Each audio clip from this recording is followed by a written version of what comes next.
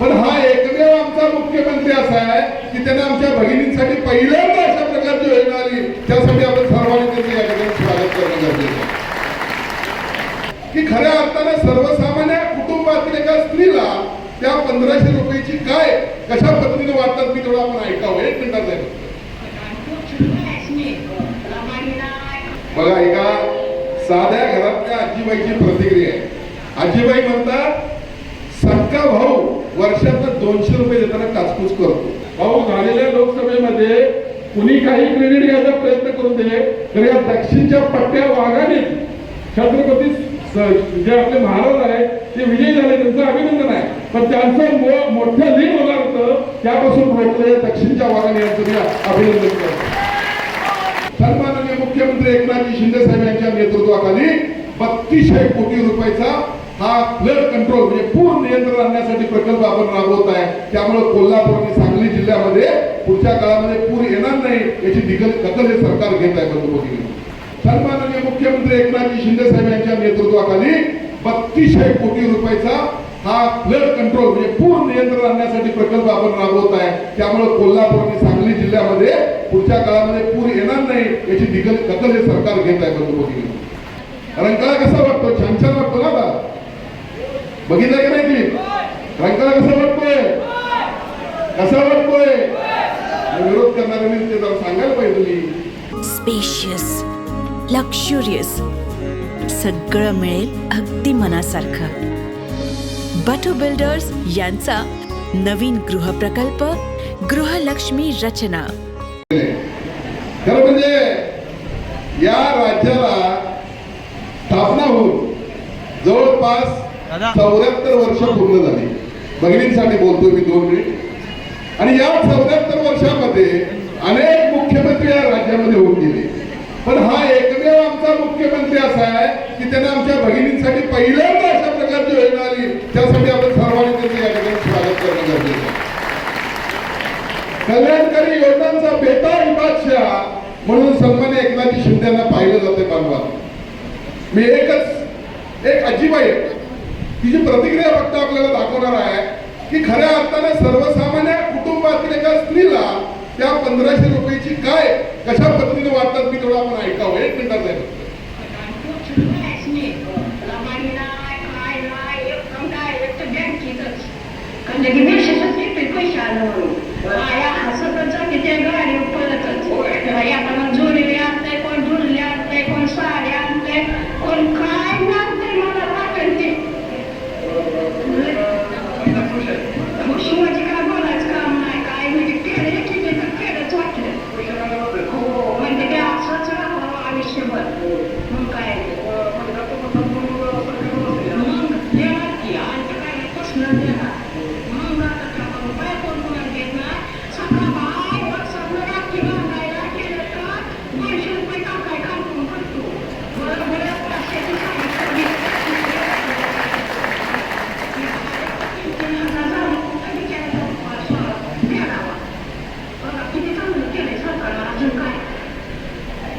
बघा, एका साध्या घरातल्या आजीबाईची प्रतिक्रिया आहे.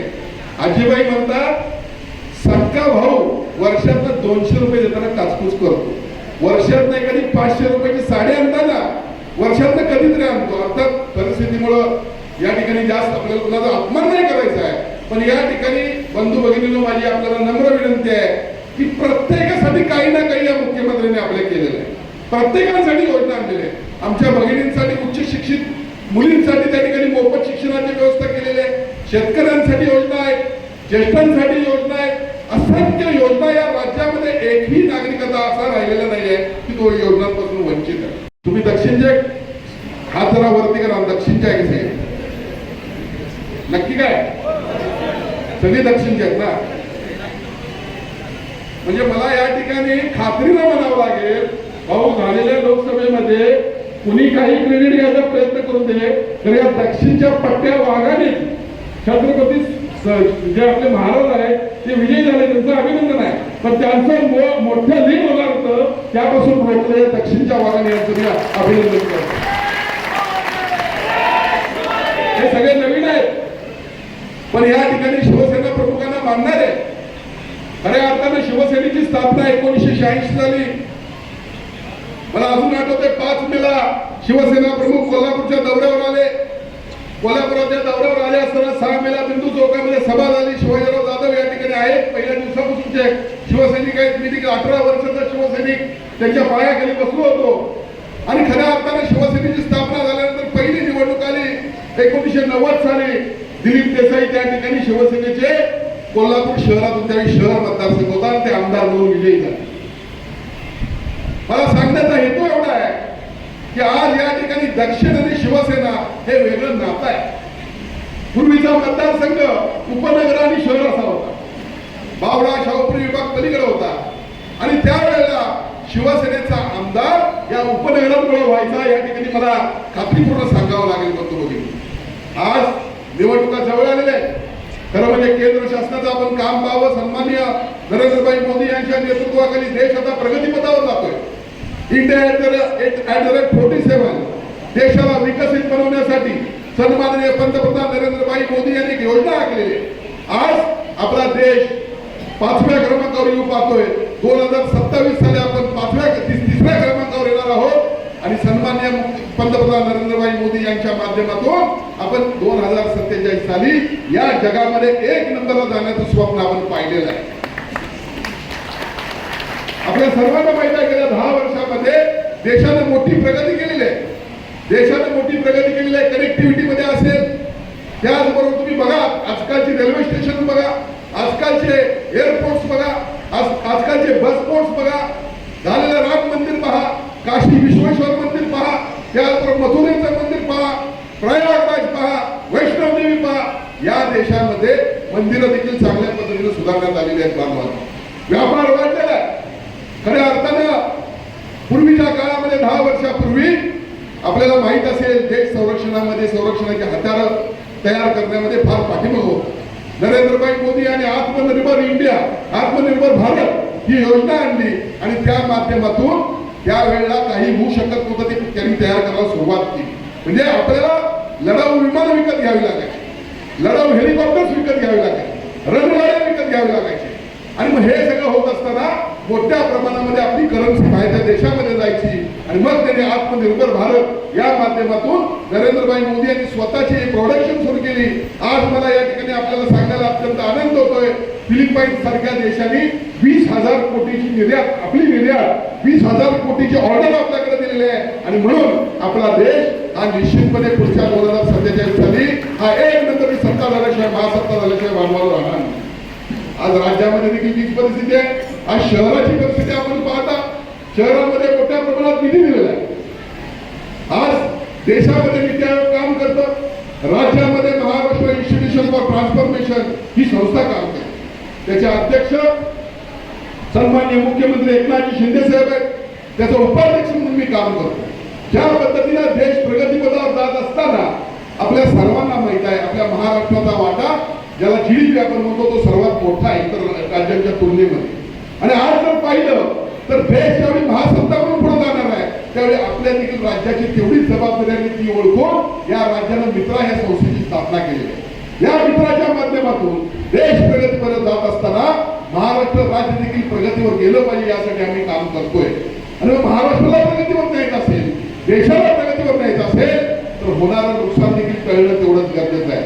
आपल्याला आठवत असेल 2019चा महापूर, 2021चा महापूर, दूध नुकती जनावरं वाहून गेली, जमिनी वाहून गेल्या, घरं वाहून गेली, गाड्या वाहून गेल्या. 4,500 ते 5,000 कोटीचं बंदुकीनं नुकसान झालं. आणि म्हणून मित्राच्या माध्यमातून सन्माननीय मुख्यमंत्री एकनाथ शिंदे साहेब यांच्या नेतृत्वाखाली 3200 कोटी रुपयाचा हा फ्लड कंट्रोल म्हणजे पूर नियंत्रण आणण्यासाठी प्रकल्प आपण राबवत आहे. त्यामुळे कोल्हापूर आणि सांगली जिल्ह्यामध्ये पुढच्या काळामध्ये पूर येणार नाही याची दखल हे सरकार घेत आहे. बंधुभगिनी, शेतकऱ्यांना माहित आहे, शेतकरी बांधवांना लाईटचा केवढा मोठ्या प्रमाणात प्रसंग अडचण येत्या माहित आहे. रात्री अपरात्री त्या ठिकाणी मोटर चालू करायला जायचं आणि मग त्यावेळेला सर्पदंश होतो. अनेक गोष्टीमुळे अनेक करंट बसतो विजेचा, यामुळे अनेक शेतकऱ्यांचा मृत्यू झालेला आहे. आणि मग अशा वेळी शासनाने नवीन एक संकल्पना आणलेली आहे की प्रत्येक ग्रामीण भागामध्ये, प्रत्येक गावामध्ये फीडर निर्माण करून त्या ठिकाणी सौर ऊर्जेद्वारा मोफत वीज शासन आपण देतंय. ही मित्राच्या संस्थेच्या माध्यमातून नवीन योजना आणलेली आहे. पुढच्या काळामध्ये 15,000 कोटीचं कर्ज यासाठी नाबार्डच्या माध्यमातून घेतोय आणि त्यामुळे शेतकऱ्यांना पुढच्या काळामध्ये सौर उद्योग शेती पंपासाठी जी वीज आहे त्याला पुढे या संकटाला सामोरं जावं लागणार नाही. अनेक गोष्टी सांगता येतील. या राज्याच्या 36 योजना ज्या बंद आहेत, अपुऱ्या आहेत, त्यासाठी एशियन बँकेनं 10,000 कोटी रुपयाचं कर्ज दिलेलं आहे. देश आपला प्रगतीपथावर जात असताना राज्याची देखील तेवढीच भूमिका आहे, तेवढीच मदत देशाला झाली पाहिजे. या भूमिकेतून आपण आज काम करतो. आज शहरामध्ये आपल्याला माहित आहे रंकाळा कसा वाटतो, छान छान वाटतो ना. आता बघितलं की नाही ती रंकाळा कसा वाटतोय, कसा वाटतोय. विरोध करणाऱ्यांनी ते जरा सांगायला पाहिजे. तुम्ही रंकाळा सुधारतोय, गांधी मैदान सुधारतोय, आज अमृतच्या माध्यमातून ड्रेनेजची लाईन येत आहे. अनेक गोष्टी आपल्याला सांगता येईल. या काँग्रेसवाल्यांना या ठिकाणी शाहू समाधी स्थळाला 10 कोटी रुपये निधी दिला, पण त्यातला एक त्या ठिकाणी फक्त एक जो नियम होता तो बदलता आला नाही.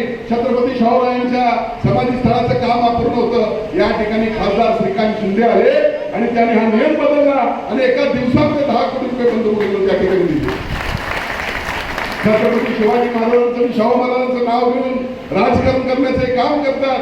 पण या ठिकाणी आजवर आपण पाहावं, गेल्या 2.5 वर्षाचा इतिहास जर पाहिला तर निश्चितपणे 2.5 वर्षामध्ये आपल्या शासनानं भरीव कामगिरी या कोल्हापूरसाठी केलेली आहे असं म्हणलं तर बांधवांना चुकीचं ठरणार नाही.